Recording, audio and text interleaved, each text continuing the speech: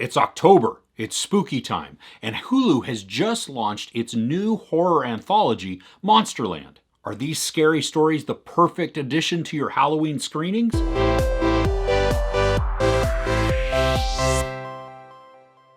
There are monsters in the world, like werewolves, demons, and aliens.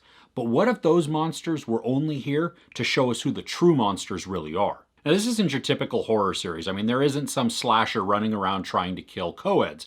But there are things that go bump in the night. This 8-episode anthology is pretty dark, and it tackles issues such as depression and anxiety, loneliness, contentedness, pride, grief, and a lot more. I like that each episode takes place in a different city within the United States, so it shows us that these horrors are not relegated to one particular location or even city size. Now, a lot of anthologies you can watch in pretty much any order because they're not totally tied together.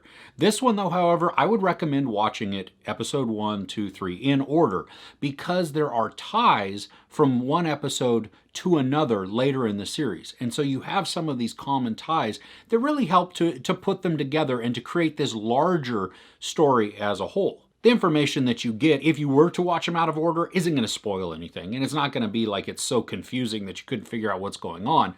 It really does work best if you do watch them start to finish. And I like that it really does illustrate how connected everything really is. Now, while we don't have massive names in this, the list of actors that we do get are pretty awesome. Some of the bigger names are Mike Coulter, Bill Camp, Caitlin Devers, Charlie Tahan, Nicole Beharie, Taylor Schilling, and Kelly Marie Tran. I love how the stories can really suck you in, but they are slow burns. You have to have the patience to listen to the dialogue and be enveloped by the performances. I mean, the story will suck you in, but if you're looking for fast-paced horror, then you're probably going to be disappointed by this. I'd say that this type of horror is headier. It's cerebral, so it first gets into your head, and then it gets into your soul. It really is meant to bother you and then haunt you, especially as we watch the monsters reveal themselves. Now, all of the stories surround some sort of relationship, and that makes them all the more impactful. The personalness of each of the stories really drives home that horror.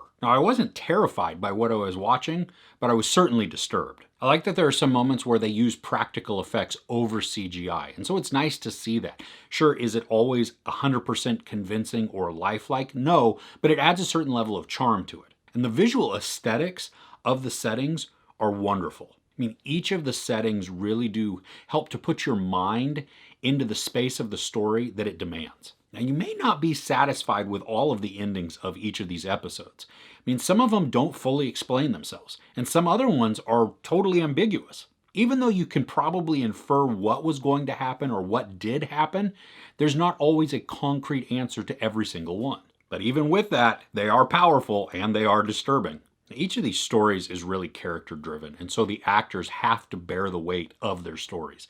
And so they have to be utterly convincing. And I love that I was sucked into their performances. I mean, I was just drawn to them, especially as we watch them just dive into the character. And even though each episode is less than an hour each, we really get a lot of just development within the character. We may not get a lot of back details on them, but we get to learn what makes them tick in this instance that we're watching them in, and it becomes truly powerful. Now, if you do choose to watch this back to back to back and binge it all in one sitting, it is going to be a little bit of a time commitment because, like I said, each episode is just a little under an hour, and there's 8 episodes total.